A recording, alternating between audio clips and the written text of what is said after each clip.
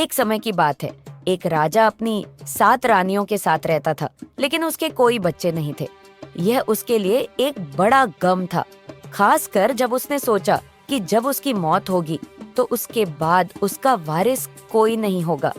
एक दिन एक गरीब बूढ़ा फकीर या धार्मिक व्यक्ति राजा के पास आया और बोला, आपकी दुआएं सुन ली गई हैं, आपकी इच्छा पूरी होगी और आपकी हर एक रानी एक लड़का जन्म देगी। राजा इस वादे से बहुत खुश हुआ और उसने देश भर में इस खुशी के लिए तैयारियां करने का हुक्म दिया। इस दौरान 7 रानियां अपने शानदार महल में आराम से रह रही थीं। उनके आसपास सैकड़ों गुलाम थे और वे मिठाइयाँ और मीठा खाना खाकर अपनी जिंदगी का लुत्फ उठा रही थीं। राजा को शिकार का बहुत शौक था और एक दिन जब वह शिकार पर जाने के लिए तैयार हो रहा था तो 7 रानियों ने उससे यह कहा, हमारे प्यारे राजा से गुजारिश है कि आज के दिन वह शिकार के लिए उत्तर की तरफ न जाएं, क्योंकि हमने बुरे सपने देखे हैं और हमें डर है कि कुछ बुरा हो सकता है। राजा उनकी चिंता को समझकर उनकी बात मानने का वादा करता है और दक्षिण की तरफ शिकार पर निकल पड़ता है, लेकिन वहाँ भी उसे कोई शिकार नहीं मिलता, न ही उसे पूरब या पश्चिम में कोई शिकार मिलता है। राजा, जो बहुत अच्छा शिकार करने वाला था और खाली हाथ घर नहीं लौटना चाहता था, अपना वादा भूलकर उत्तर की दिशा पकड़ लेता है। वहाँ भी पहले कुछ नहीं मिलता, लेकिन जब वह मन ही मन सोच रहा था कि आज का शिकार छोड़ दे, तो एक सफेद हिरण जो सोने के सींग और चांदी की एड़ी के साथ था, एकदम उसके सामने से गुजरता है और एक जंगल में चला जाता है। राजा ने अपनी घोड़े की रस्सी कड़ी की और उस सफेद हिरण का पीछा किया और वह शिकार को छुपाकर एक तंग गली में पहुंच गया, जहां उसने एक पुरानी झोपड़ी देखी। थका हुआ वह झोपड़ी में गया और पानी मांगने लगा। एक पुरानी औरत जो चरखा घुमा रही थी ने उसकी बात सुनी और अपनी बेटी को बुलाकर पानी लाने को कहा। जब वह लड़की राजा को पानी देने आई तो राजा हैरान रह गया, क्योंकि वह लड़की बिल्कुल उसी सफेद हिरण की तरह थी जिसे उसने पीछा किया था।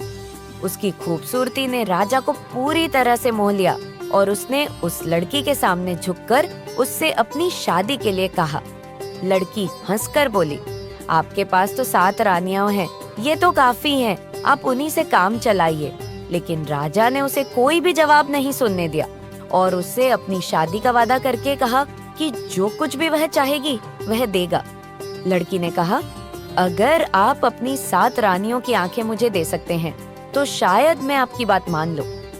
राजा अपनी मोहब्बत और उस सफेद हिरण की जादुई खूबसूरती से इतना प्रभावित था कि उसने तुरंत घर जाकर अपनी 7 रानियों की आंखें निकालकर उन्हें अंधेरे में डाल दिया और उन्हें कहीं से बाहर नहीं जाने दिया। फिर उन आंखों को एक हार की तरह लड़की को दे दिया जो सफेद हिरण थी और कहा, यह रख लो मेरी माँ के लिए एक यादगार के रूप में। राजा ने अपनी 7 रानियों के महल, कपड़े और उनके गुलामों को उस सफेद हिरण को दे दिया और वह उसके साथ राजा के महल में रहने लगी। जब 7 रानियां जिंदगी भर की सजा भुगत रही थीं, उनके बीच पहली रानी का बच्चा पैदा हुआ, पर वे इतनी भूखी थीं कि उन्होंने अपने बच्चे को मार डाला और 7 हिस्सों में बांटकर खा गईं। ऐसे ही दूसरी रानी और बाकी की रानियां भी अपने बच्चों को मारकर खाने लगीं, लेकिन सबसे छोटी रानी अपने बच्चे को बचाने में सफल हो गई और उसने बाकी की रानियों को अपने बच्चे को खाने से मना किया, कहते हुए, यह मेरा बच्चा है, आप सबके पास अपना हिस्सा है। जब वह लड़का बड़ा होता गया तो वह हर दिन कुछ मिठाइयाँ ले आता और अपनी 7 रानियों को खिलाता। वक्त गुजरने के साथ वह लड़का और बड़ा हुआ और हर दिन छुपकर शहर के बच्चों के साथ खेलने जाता था और जो कुछ वह उनसे लेता था वह अपनी रानियों को लाकर देता। वह लड़का एक दिन भी अपनी रानियों को छुपकर खुश रखता रहा, जबकि दुनिया सोच रही थी कि उन रानियों की जिंदगी खत्म हो गई होगी। अंत में जब वह लड़का काफी बड़ा हो गया तो एक दिन उसने अपना धनुष और बाण लिया और शिकार की तलाश में बाहर निकला। एक महल के पास पहुंचकर, जहां सफेद हिरण बुरी तरह से ऐश्वर्य और भव्यता में जी रहा था, उसने देखा कि सफेद संगमरमर के मीनारों के चारों ओर कुछ कबूतर उड़ रहे थे और उसने उन्हें निशाना बनाकर एक को मार डाला।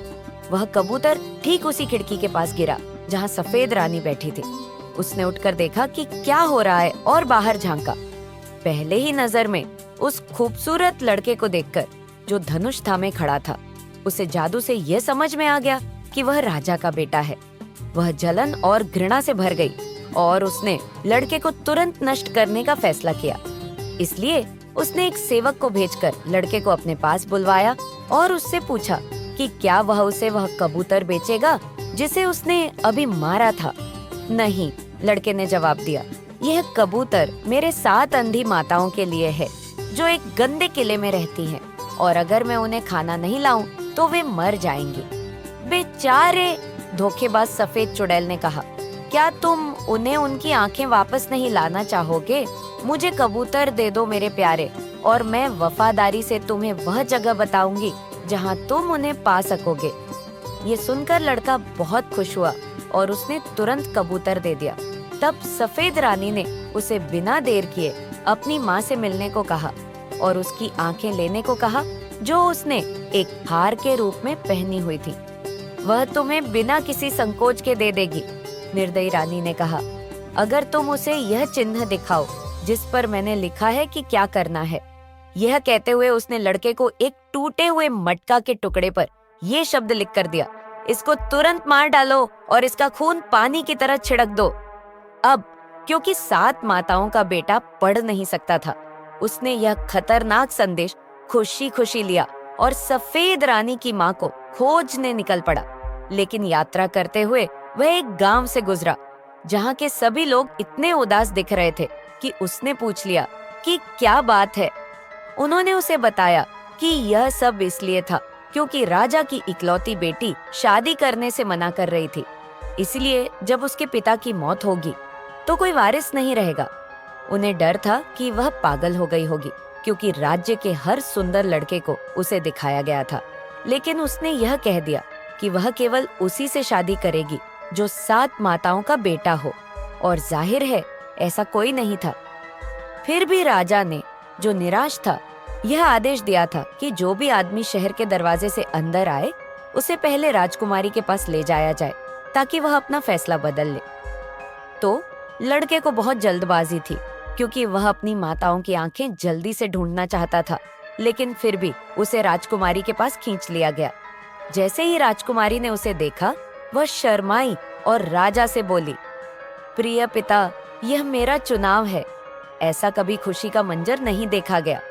लोग खुशी से पागल हो गए, लेकिन 7 माताओं के बेटे ने कहा कि वह राजकुमारी से तभी शादी करेगा जब पहले उसे अपनी माताओं की आंखें वापस मिल जाएं। अब जब खूबसूरत दुल्हन ने उसका किस्सा सुना तो उसने मटका के टुकड़े को देखा क्योंकि वह बहुत विदुषी और समझदार थी। उसने उस धोखेबाज संदेश को देखा और कुछ नहीं कहा, बल्कि एक और मटका का टुकड़ा लिया और उस पर यह लिखकर लड़के को वापस दे दिया, इस लड़के का ध्यान रखना, उसे वह सब दो जो वह चाहता है। और फिर उसने लड़के को वही टुकड़ा वापस कर दिया जो अब तक कुछ नहीं समझ पाया था और अपनी खोज पर निकल पड़ा। जल्द ही वह घाटी में स्थित झोपड़ी तक पहुंच गया जहां सफेद चुड़ैल की माँ, एक भयानक बुढ़िया, संदेश पढ़ते हुए घृणा से बड़बड़ा रही थी, खासकर जब लड़के ने उसकी आंखों का हार मांगा।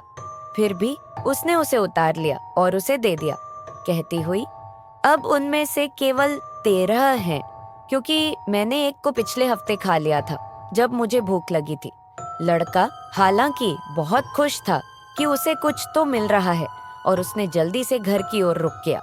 वह अपनी 7 माताओं के पास पहुंचा और 6 बड़ी रानियों को 2-2 आंखें दी, लेकिन सबसे छोटी को एक आंख दी और कहा, प्रिय छोटी माँ, मैं तुम्हारी दूसरी आंख हमेशा के लिए बन जाऊंगा। इसके बाद वह राजकुमारी से शादी करने के लिए निकल पड़ा जैसा कि उसने वादा किया था। लेकिन सफेद रानी के महल से गुजरते हुए उसने फिर से कुछ कबूतरों को छत पर उड़ते हुए देखा। उसने धनुष ताना और एक को मार डाला और वह फिर से खिड़की के पास गिरा। तब सफेद हिरण ने बाहर झांका और देखा वही राजा का बेटा स्वस्थ और जीवित खड़ा था। वह नफरत और घृणा से चिल्लाई, लेकिन लड़के को बुलवाकर पूछा कि वह इतनी जल्दी कैसे लौट आया।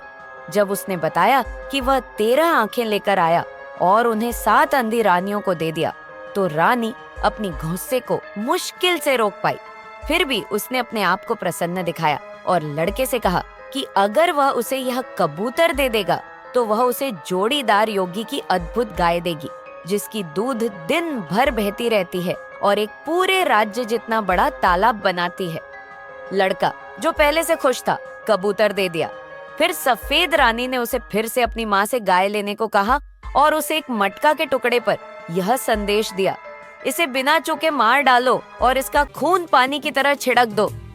लेकिन रास्ते में 7 माताओं का बेटा राजकुमारी के पास गया, सिर्फ उसे यह बताने के लिए कि वह कैसे देर से लौटा।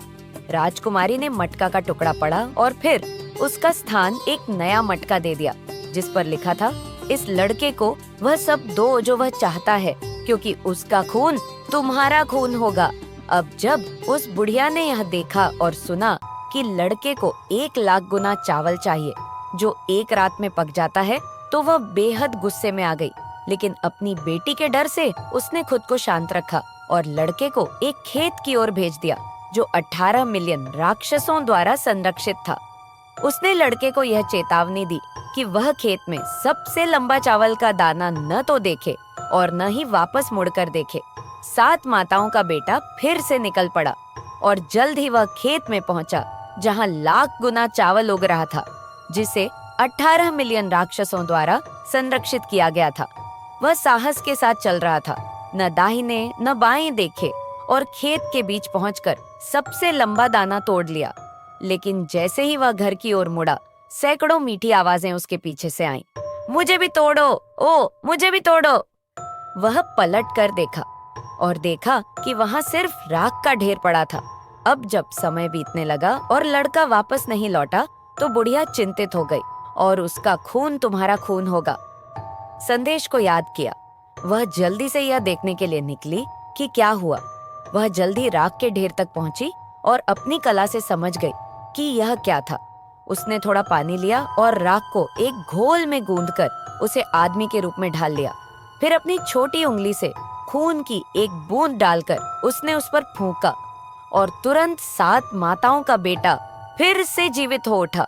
अब तुम आदेशों की अवहेलना मत करना, बुढ़िया ने गुस्से में कहा। अगर तुम फिर ऐसा करोगे तो मैं तुम्हें अकेला छोड़ दूंगी। अब चलो, इससे पहले कि मैं अपनी दया पर पछताऊं। तो 7 माताओं का बेटा खुशी खुशी 7 रानियों के पास लौटा, जिन्होंने लाख गुना चावल के साथ अपना राज्य और समृद्धि बढ़ाई। फिर उन्होंने अपने बेटे की शादी को लेकर बहुत धूमधाम से जश्न मनाया। लेकिन दुल्हन इतनी समझदार थी कि उसने अपने पति को उसके पिता से मिलवाने और सफेद चुड़ैल की सजा दिलवाने की ठानी। उसने अपने पति से वही महल बनाने को कहा जैसा वह और उसकी 7 माताएं रहते थे, और उसी तरह का महल सफेद चुड़ैल का था। फिर जब सब कुछ तैयार हो गया तो उसने अपने पति से राजा को एक बड़ा भोज देने के लिए कहा। राजा ने 7 माताओं के बेटे के बारे में बहुत सुना था और उसकी संपत्ति के बारे में जानता था, इसलिए उसने खुशी खुशी निमंत्रण स्वीकार किया। लेकिन राजा का क्या आश्चर्य हुआ जब वह महल में प्रवेश करता है और देखता है कि यह उसी जैसा है जैसे उसका अपना महल था। और जब उसका मेजबान शानदार पोशाक में उसे सीधे निजी कक्ष में ले गया, जहाँ 7 रानियां राजसी सिंहासनों पर बैठी थीं, जैसे वह उन्हें आखिरी बार देख चुका था, तो राजा आश्चर्यचकित रह गया, जब तक कि राजकुमारी आगे नहीं बढ़ी और उसके चरणों में गिर पड़ी और उसे पूरी कहानी बताई।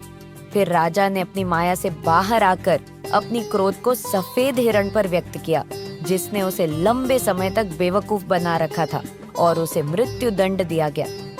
बाद में 7 रानियां अपने शानदार महल में वापस लौटी और सभी खुशी खुशी रहने लगे।